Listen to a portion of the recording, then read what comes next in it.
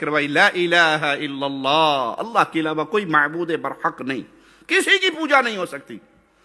سادہ لفظوں میں جو کام عبادت ہے وہ خالص اللہ کے لیے ہوگا، وہ غیر اللہ کے لیے نہیں ہو سکتا۔ عبادت کی 1,000,000 قسمیں کر لیجئے تو اس میں سے ایک قسم بھی کسی نبی، فرشتے، ولی، غیر کے لیے نہیں ہو سکتی۔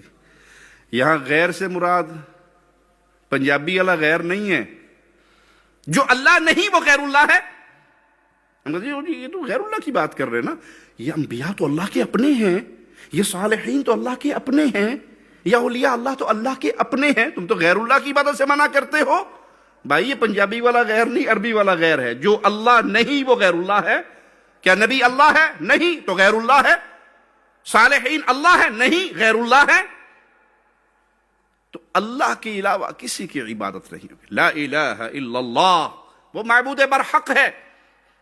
جتنی قسمیں ہیں عبادت کی، وہ دل کی عبادت ہے، زبان کی عبادت ہے، قول کی عبادت ہے، مال کی عبادت، ہر عبادت کا حقدار صرف اللہ ہے، وحدہ، تنہا ہے، یکتا ہے۔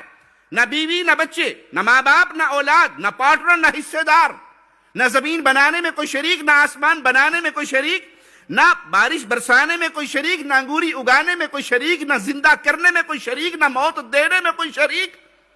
وہ شراکت سے، پارٹنرشپ سے پاک ہے، تنہا و یکتا ہے، لا شریک لہ، اس کا کوئی حصے دار نہیں۔